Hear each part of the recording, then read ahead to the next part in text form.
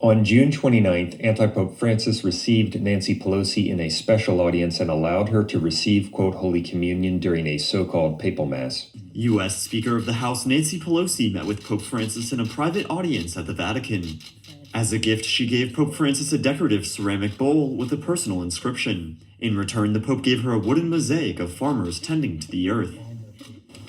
Display this with great pride in the Speaker's office in the Capitol.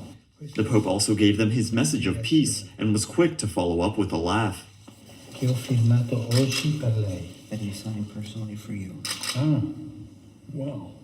Wow. This is Pelosi today, before witnesses say she received the Eucharist at the Vatican. This is another clear proof that the Vatican II sect lacks the Catholic Church's mark of unity or oneness. With regard to the unity of the Catholic Church, Pope Leo XIII taught, quote, the Church in respect of its unity belongs to the category of things indivisible by nature, though heretics try to divide it into many parts. Furthermore, the eminence of the Church arises from its unity, as the principle of its constitution, a unity surpassing all else and having nothing like unto it or equal to it, end quote. You can't make that statement about the Vatican II sect of Anti-Pope Francis precisely because it's not the Catholic Church. It's the prophesied end-times counter-church, the Whore of Babylon. However, you can make that statement about the remnant of the true Catholic Church in our day. This incident also demonstrates that Anti-Pope Francis endorses abortion. Heresy can be manifested by deed and omission, as well as by word. Anti-Pope Francis and the people at the Vatican know very well that Nancy Pelosi notoriously supports and works for abortion and gay, quote, marriage, among other things.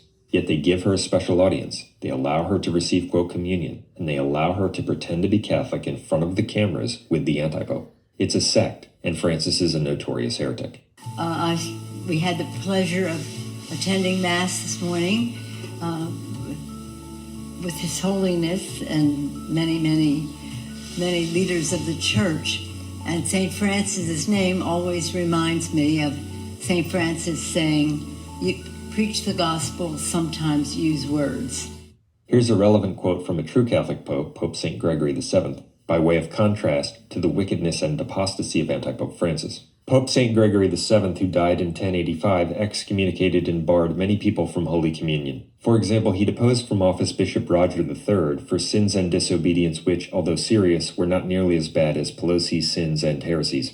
Today, the Republican-controlled Supreme Court has achieved their dark, extreme goal of ripping away a woman's right to make their own reproductive health decisions.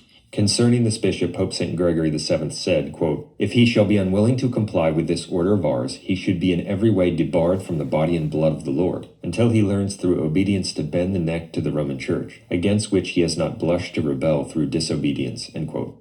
Anti-Pope Francis's latest scandal, which is tantamount to a symbolic endorsement of abortion shortly after Roe v. Wade was overturned in the United States, is causing the typical shock, wonder, and confusion among followers of the Vatican II sect, the end-times counterchurch. As we've mentioned, this shock and confusion at the actions of the Vatican II sect and its heretical antipopes is the prophesied wonder at the beast. That is, it's the astonishment people experience upon seeing the return of pagan Rome, which is mentioned in Apocalypse 17. See our video, Apocalypse Now in the Vatican.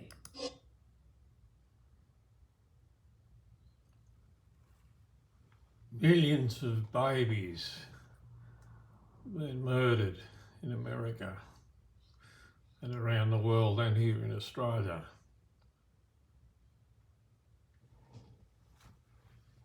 God bless us all.